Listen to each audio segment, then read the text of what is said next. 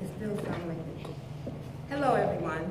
My name is Regina Brown, and I am extremely happy to be able to be given the opportunity to come before you beautiful people on this wonderful evening to share a little something on a topic that I think is very interesting and very fundamental to the Christian growth, and that would be prayer and fasting. A few weeks ago, actually to be precise, it was March 5th of this year. I remember it well because it was the onset to the beginning of Lent. I became engaged in a conversation, or a very interesting conversation, among several women regarding the meaning and purpose of Lent. Many of them understood the true meaning of Lent was to provide a sacrifice, or to release something that they love for a period of 40 days, and while in doing so also prayer. Prayer was an intricate part in the part of Lent. The dispute came, however, not so much in the prayer end of it, but really in the true meaning of fasting and what would be considered an acceptable form of fasting, acceptable form of giving up of oneself to be able to hear from the Lord and to receive something from the Lord. Now, I must admit that I learned recently, and I shared this with the ladies, that a fast without a biblical connection and or foundation is just simply a diet. So that is what we were really trying to get out of. So a person can become physically healthy, yet be spiritually deprived or spiritually unfulfilled. For prayer and fasting go hand in hand when it comes to the Lent, which most Christians participate in the Daniel plan. When we began, one of the young ladies that was new to the group wanted to share a little bit about her first experience with Lent, which was just the previous year. She explained how it really transformed her life, changed her life completely, to where she truly felt the need to continue on past the Lent season, to where she eventually became a vegetarian. Well, now most of the women in the group knew me as being a practicing vegetarian for several years. So of course the focus went to me, wanting to know a little bit of my input. However, it kind of threw them off when I began defining myself as no longer being a vegetarian, but now a pescatarian. Yes, that was the look that I received from the ladies on that day.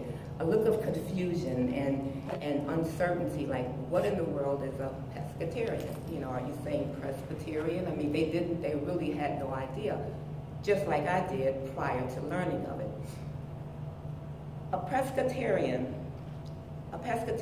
is similar to that of a vegetarian and a vegan, but with a little stipulation. The Merriam-Webster's dictionary and the Urban Dictionary website define pescatarians as being that similar of a vegetarian, yet they allow the consumption of fish, and some shellfish or different types of seafood. Now, vegetarian, according to the Merriam-Webster dictionary, is one that believes in or practices living on a diet consisting of fruits, vegetables, grains, and sometimes dairy products. Now, the vegan, on the other hand, is completely straight vegan, where they only eat fruits and vegetables. That was the difference in the three terminology. Deuteronomy 14:10, however, says that we are not to eat anything that do not have fins and scales, like shrimp or any other shellfish, which is considered unclean. That's where the controversy came in regards to the biblical connection, because most people would not regard a pescatarian or even a vegetarian, for that sake, as being biblically connected because of their consumption of the dairy products, animal, that consist of animal products and so forth. In regards to the Lent season, we kind of went back to the beginning in the Garden of Eden, where there was only fruits and vegetables at that time. And at that time, both man and animals were most likely straight vegans. Rick Warren wrote a book titled The Daniel Plan, which defines the Daniel Plan lifestyle as a means of encouraging healthy eating habits and a healthy way of living that honors God and breathes new life into one's physical body, mind, and spirit. Now, the Daniel Plan actually originated from the prophet Daniel in the Bible, where prophet Daniel's lifestyle demonstrated that of a biblical connection. He was a strong advocate for the people of God to show that the God of Israel was the only one to be revered. He displayed faithfulness, commitment, and loyalty to the one and only sovereign God by refusing to allow himself and or his family to consume any of the king's meat, nor did they practice or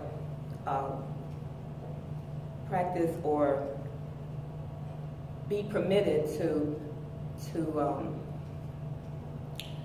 bow down, to the man-made image of the king. They ate nothing but fruits and vegetables, and they drank nothing but water. Henceforth came the implementation of the Daniel Plan / fast. Now, to veer away from the biblical aspect, researchers have shown that several well-known companies, such as Tyson, are changing, where they're investing in assorted plant-based alternatives for meat in support of this new recent health trend that we're going. Further research has also attributed an eating healthier lifestyle to sustaining a longer lifespan. In Bertel Markland's book titled A Guide to Living 10 Years Longer, he writes, by choosing a healthy lifestyle enables one to reduce many of those harmful chemicals from the body, thereby allowing for an increased lifespan. He also emphasized the power of prayer and a daily dose of the Word of God being essential for one's spiritual growth and maturity. There have been many, however, who have strongly objected to my choice of changing my eating habits, or my choice of becoming a pescatarian. Many have cited scriptures for that, specifically Genesis 9:3, where they believe that God created man in his own image and created the animals for man to consume for food and to be clothed, and their skin to be clothed. However, I, too, went to the Bible and quoted Genesis 1:29, which was right after the creation and before the fall of mankind, which indicates that both man and animals, as I mentioned earlier, were probably both considered vegetarians. However, it was because of the fall that the relationship between man and God suffered, as well as the relationship between man and animals suffered, changing the whole dynamics of the creation. Even through that, though, our God is a loving God. He loves us so much where he gave us a free will choice, freedom to make the right choice, freedom to decide on what we want to consume in our bodies, what we want to retain in our bodies, what we want to learn about in life, and how we want to be used by him. Our bodies are supposed to be the temple of God, where we are actually supposed to be living a pure and holy lifestyle. It was my choice 15 years ago to change my lifestyle, to change my physical health and my spiritual health, so that I may be able to do more for him in the kingdom, so that I may fulfill his will that he has and the purpose that he has for my life for the kingdom, for as long as I am physically able.